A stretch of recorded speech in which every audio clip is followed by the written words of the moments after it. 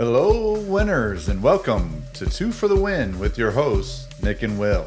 We share international perspective and insight on sports and mindset and leadership and travel and the travel business. We have Monday Mindset, where we talk about mindset and leadership. Wanderlust Wednesday, where we talk about travel and the travel business. That'll be today's episode. And Fanatic Friday, where we talk about sports. Every episode is about 20 to 30 minutes in length, so you can plan accordingly. And please make sure you subscribe, follow, and share so you can spread the word. If you're enjoying any one of those topics or all three or two of the three, please let people know. And please share feedback with us so that we can tackle certain topics that you want us to talk about. More than happy to do so. Today's episode is being sponsored by Dream Vacations with Nick Menard and Associates. So thank you, Nick Menard. You're very welcome. Happy to do so. It's a pleasure for me to be able to sponsor our episodes. And today is Wanderlust Wednesday, and we are going to wander to Las Vegas. For those of you who don't know, our winners, our listeners, I did live in Las Vegas for 10 years. So when I was in my early 20s, had moved there, spent 10 years there. They say we used to joke around for those of us who lived in Vegas because it was a very transient town. You have people moving there, people leaving. Anyone who was there after a year made it. You know, they didn't suffer through any one name your vice or addiction. They were able to go past it. But I know you're a huge fan of Vegas, and we actually travel there 3 times a year on average. Go back for a variety of reasons. So lots to talk about in Las Vegas, and I hope you'll find this fun and exciting. But when you think Vegas, Nick, what's one of the first words that you can share without getting in trouble when you think about Las Vegas with our winners? One word is hard, but I mean, of course, gambling. That's one. That's one. But there's so much more. There really is. I think for me, the word that comes to mind is, if I can use a hyphen, adult experience. Like, and not adult as in I'm talking like, naughty adult, but just like there's so much to do there. And really, it's not just about adult, but I do think for those people who enjoy shows, love dining, are foodies, there's actually some very good nature things around there that we'll chat about today. Obviously, the gaming, the concerts, just the sports now. I mean, it's grown into a professional sports city. Just so much to do. But you can do it with kids as well. It's just more limiting. But yeah, it's just so much to do. You're never bored. I agree. I would add people watching. Yes. That's one of my favorite hobby to do, definitely in Vegas. Yeah. And it's called like the Disney World for adults for a reason. But yeah, we want to dig deeper into that because we talk a lot about, international destinations, cruising and things like that, of course. But we are living in a country where there's so much to do. There's so much to do. And we want to make sure that we don't forget about our beautiful country and the ability to pick some cities, but we wanted to start with Vegas because that's a city that we both enjoy like a lot, and that's one of the top 3 for the business itself, one of the top 3 destinations in the United States where clients are reaching out for. So we want to be able to share a little bit more about Vegas for more than what people know, which is gambling mainly. But there's so much more than that. There really is. And when we used to fly out there, sometimes we drive up to Tampa. We're in Southwest Florida. So sometimes we drive up to Tampa, fly there, go to Fort Lauderdale, fly there. But now, because sometimes flying out of the Fort Myers area, it's difficult because you got connections and stuff. But now with Breeze Airlines, like they have a direct Wednesday and Saturday, so you can fly nonstop, be there in 5 hours or less. I always usually like that if I can avoid having to take any layovers or anything like that. So definitely something to do. So where do you want to start? There's so much we can talk about. I'd like to defer to you. What do you want to go with first with Vegas? No, for me, I mean, now people start knowing us and knowing me a little bit more. So I'm a big in sport. And Vegas, the last few years, the last 10 years, started really like implementing professional sport, which was illegal for the longest time, or not illegal, but it was not suggested by the committees, like by the commissioners, because of course of the gambling aspect. But since the gambling seems to be, being more and more open and more accepted across the board, now Vegas start having like professional teams. So we already know about, of course, the first big one who started there was the Knights, Oh and yeah. WNBA as well, the Aces, and of course now we have the Raiders who moved there. The Ace are gonna come very soon, I believe 2028, 2029, and an NBA expansion team that we expect to have also, if not 2028, 2030. But within the next 6 years, 5 to 6 years, we should have every major sports with a team in Las Vegas. And I think that speaks volume. Why? Different reasons. First one is Vegas will always be packed. Like the stadiums are packed. Doesn't mean that they have a big following from people living there, but who doesn't want to go traveling to Vegas to see their favorite team playing? So that's why usually those stadiums, most fans are fans from the opposite team. It's the same style with LA, but definitely Vegas. When you go, I went to watch one time a game there myself, and it was more fan from the opposite team than from Oakland. And you see that on or from Vegas for the Raiders. But you see that constantly on TV, the amount of fans, because when they look in the calendar comes out, oh my God, my team plays in Vegas. Let's pick that game to go watch live because that's an experience. You spend a long weekend to Vegas, and you also the entertainment around the games are insane. Talking about, of course, the Knights game, the hockey, NHL. It's an experience in itself. You don't need to like hockey to love going to a night game, because the presentation, the preparation, the music, the fireworks inside. I mean, it's something to really experience, I think, once in a lifetime. And so for me, long-winded answer, but for me, it's sports. I can tell this got you going just a Oh, little, just absolutely. a little bit. Hey, passion. The first like really appeal to Vegas sports to me actually was when I was a kid, and you had the Running Rebels with Tarkanian was the coach and Larry Johnson. College. That team was amazing, and that really gave me the kind of first sports like exposure to Vegas with UNLV Running Rebels.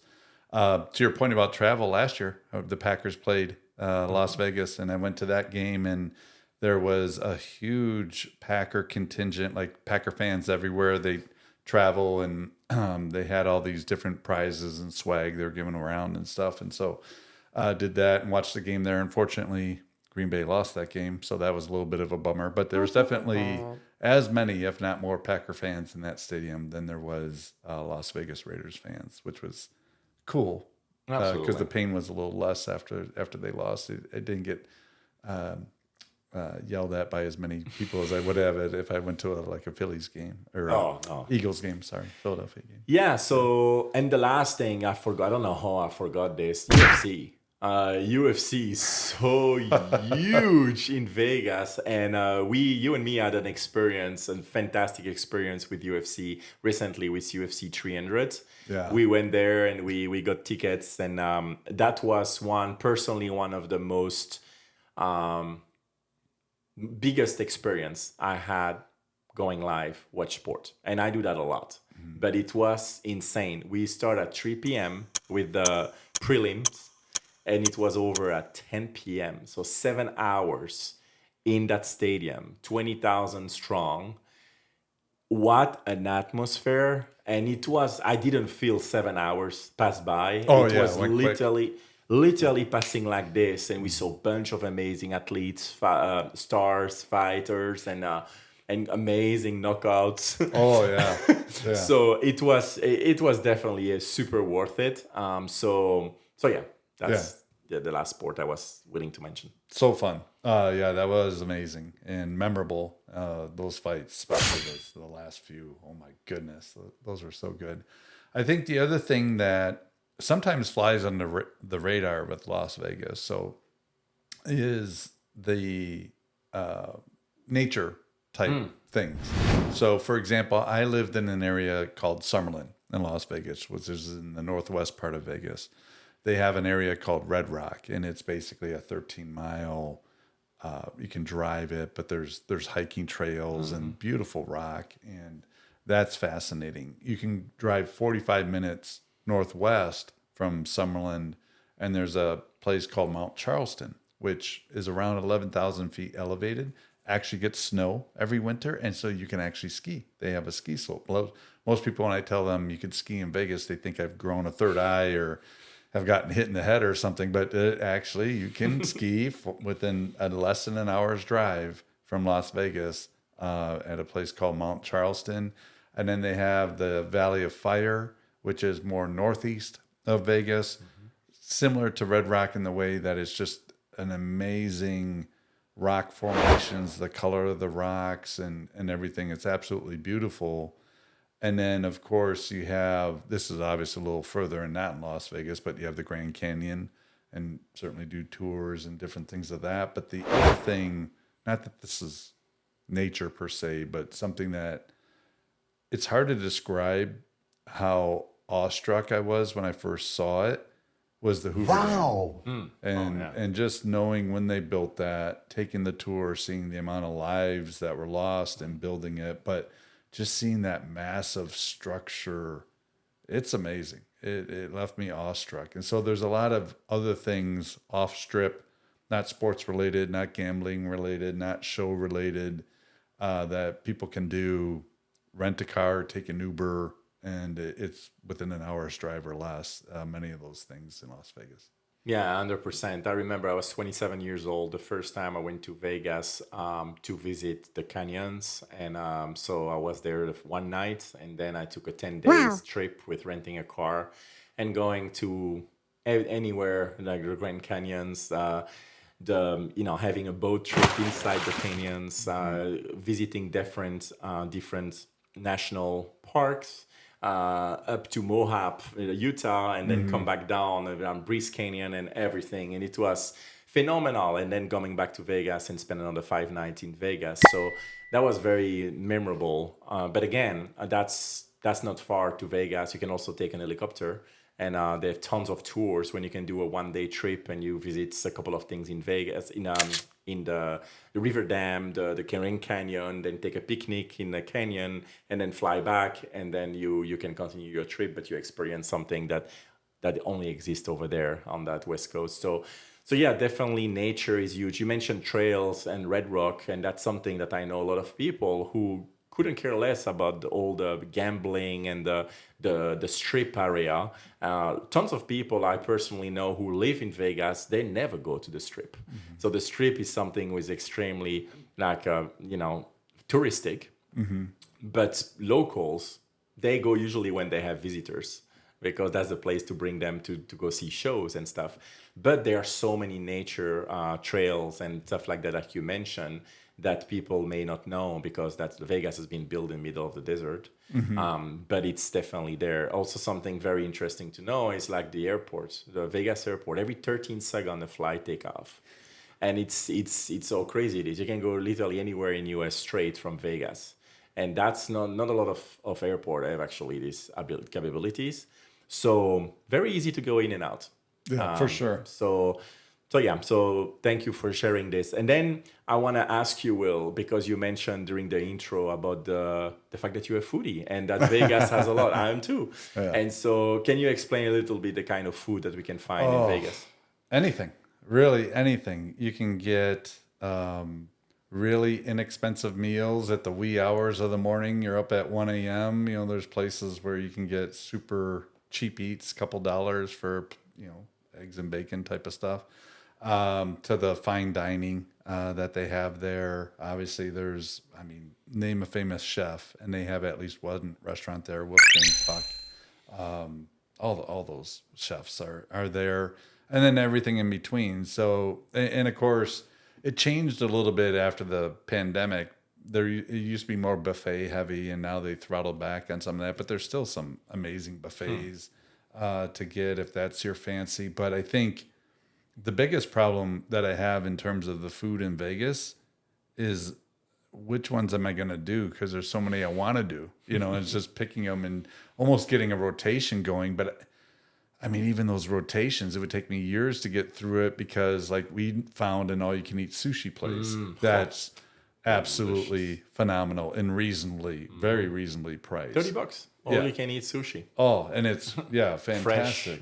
Yeah, but you have all different types of cuisines. So you have Hawaiian cuisine, you have all sorts of different Asian type cuisine, obviously American cuisine, Italian, French. I mean, you name it, Mediterranean, Indian. I mean, it's all there and all good. There's just some really good pizza. You like New York style pizza? Plenty of New York style pizza places. You like Chicago style pizza? Plenty of Chicago style pizza places. It's just Detroit. You have that. So we could talk about like 4 shows, I think, just about the food in Vegas. It's almost too big. I don't know where you want me to go. I could go any particular way, but it's great. If you like food, absolutely. Go to Vegas. I always said, like, New York, Vegas are the 2 places where you can find amazing food from all kind of style, all style of food. New York and Vegas are the 2 places where you can find what you need within a 10 miles radius. And, I know some people from New Orleans may screen right now. New Orleans, great, but it's more 1 or 2 style of food that you can find over there. But if you want all style of food, I would say New York, Vegas are the 2 with the most Michelin-starred kind of chefs. And you can find anything from cheap to extremely expensive. I think they're both very similar when it comes to food. So, yeah. If you're a foodie, Brazilian try style, Chinatown right off of Spring Mountain, and Little Italy also. Yeah. Oh my goodness, there's so many good places to eat and walkable. Like if you're staying on the Strip, a lot of you'll have plenty within walking distance. Obviously, all the resorts have their own restaurants, but even outside the resorts, some of those areas are just off the Strip. It's a short Uber ride, maybe 10, 15 minutes. So many places to go. And we're just talking the Strip. You got downtown. In downtown, they've really revamped. If you haven't been to Vegas downtown in the last 5 or 6 years, it's worth checking out. They've really cleaned it up, revitalized it. Some of the resorts there now are really close to rivaling some of the ones on the Strip in terms of food quality, the resort itself. And, we're talking a lot about food.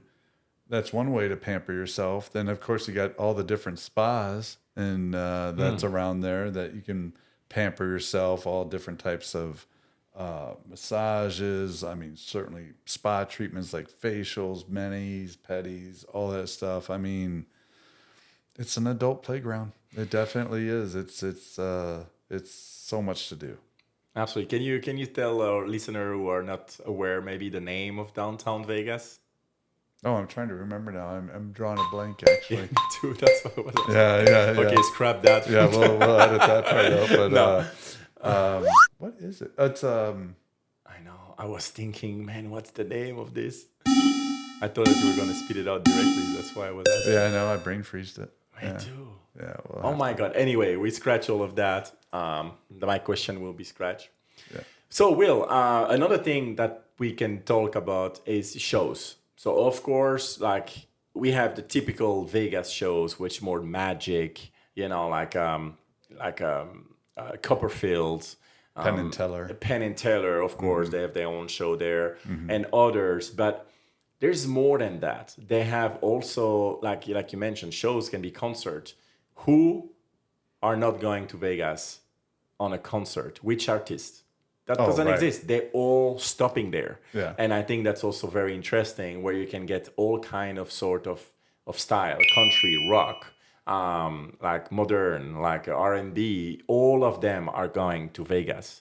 So if you are in Vegas, you will definitely catch something you like at some point. And every day you have hundreds of concerts because people see the big star, the big ones on the Strip. But you have so many places, like within 20 miles radius of the Strip, where you have all those concert venue that people who are just on vacation there only know the strip, don't realize that you have so much around. And I think that's something that we want to convey on this episode is that next time you go, if you're someone who go like every year or every other year, try to expand a little bit yourself in Vegas, and don't think just about the strip or just about downtown, but try to experience other things. You will be surprised what Vegas had to offer. Oh, for sure. Cirque du Soleil has a number of shows there.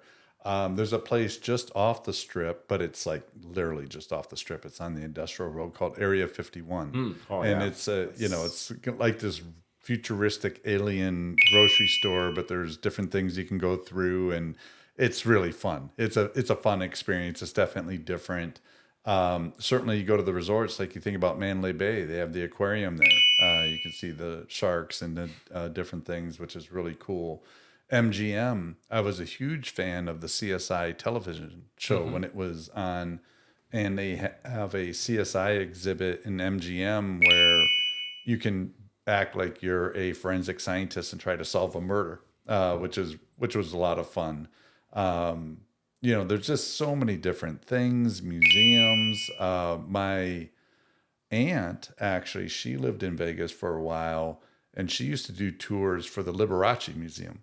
So for some of our older listeners, winners, or even younger ones who know of Liberace and like it, there's a Liberace Museum in Vegas, and she used to do tours for that. So, I mean, you think about old Vegas, the Rat Pack, you think about newer Vegas, Mirage, which now is going to be going bye-bye, which is crazy to think about, Bellagio, Aria, the Sphere being open. Oh my gosh. If you haven't seen the displays on the Sphere, Google it, follow them. I mean, they're just awestruck. I mean, it's amazing. Again, whether you go for a quick weekend trip, you go for a week, you go for a month, you will never run out of things to do. The only limit is your imagination, because there's so many different things. Yeah, I agree. And a lot of time people say, "Oh, Vegas, I can only do 3 days or three nights." Well, it depends what you do. If you are there to party hardcore, trust me, you can, because clubs there, they're 24/7. You have the nightclub that everybody knows, but you have the after club, you have the pre-club. So it's like 24/7. The pools of those resorts are out of this mind, amazing. They are big, music, like very entertaining. It's not like a pool and then you just have to sit down and lay down and just like cook. You have literally entertainment on every pools. So there's literally, you can party 24/7. And of course, if you have a certain budget to gamble, and you gamble your life out, like after the first day, you will be broke directly.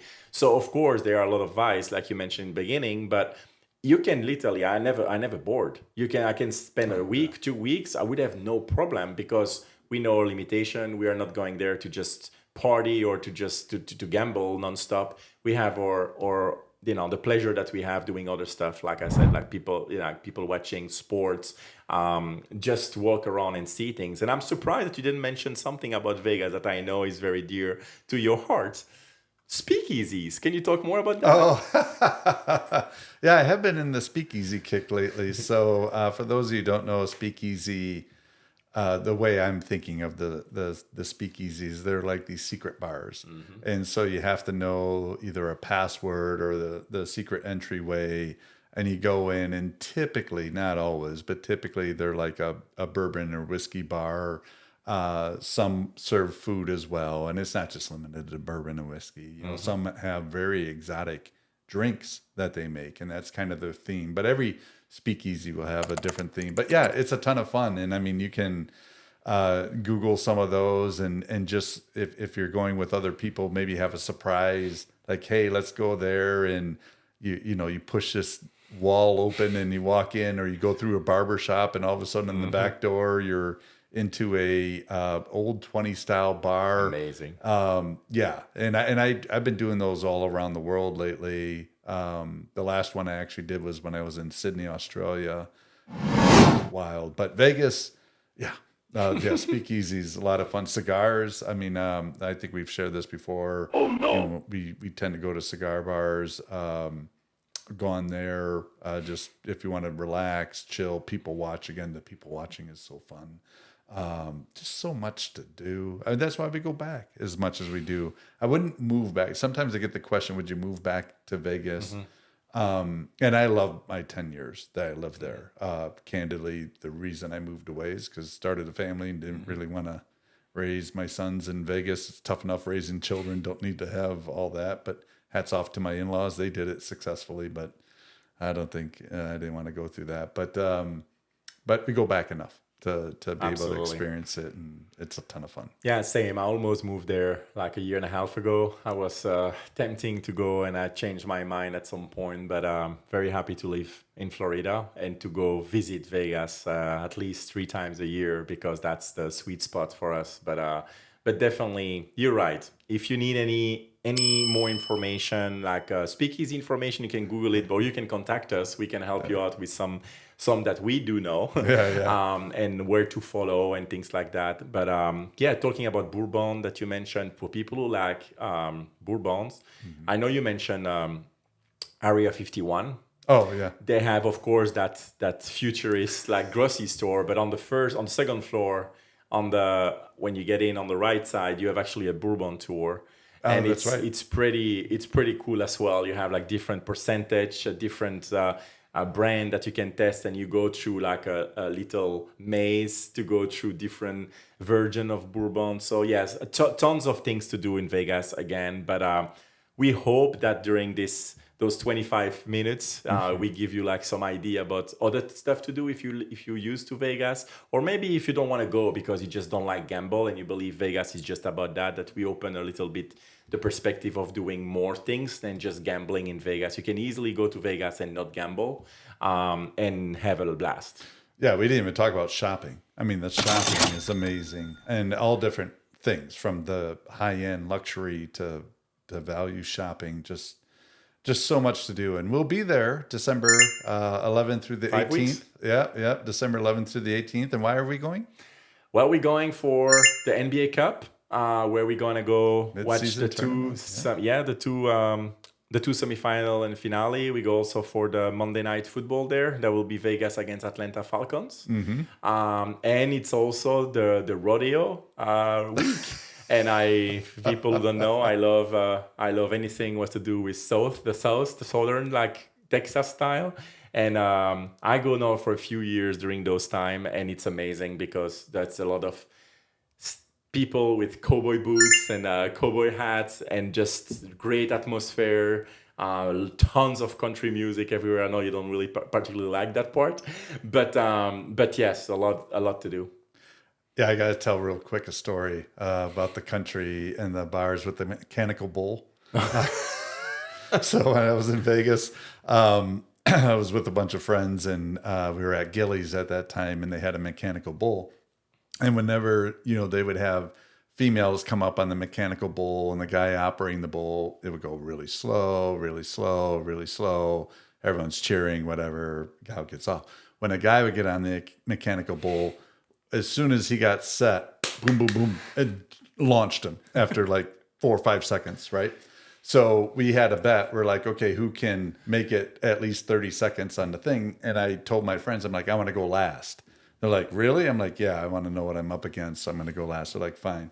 So we all threw in like $20 or whatever, and went through the line. And then I got last, and I went to the guy and said, listen, if you can just have me go 30 seconds, I'll give you $40 here, right? Like, just all I need, 31 seconds, you can have me shoot off, but just 30 seconds, I got to bet with the buddies. He's like, okay, dude, gotcha. So I give him the $40. I get on the mechanical bull.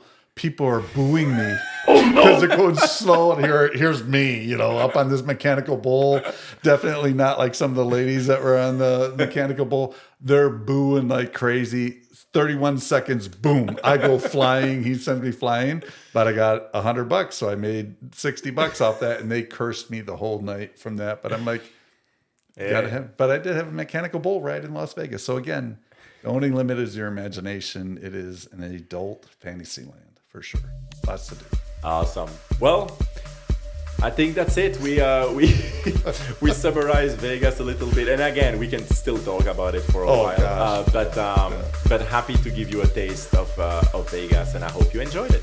Yeah, thanks, winners, and please make sure you subscribe, follow, and share, and again, give feedback. Thanks as always. Hope this message finds you well, and we will see you coming up on Fanatic Friday. Take care, everyone. Bye, winners.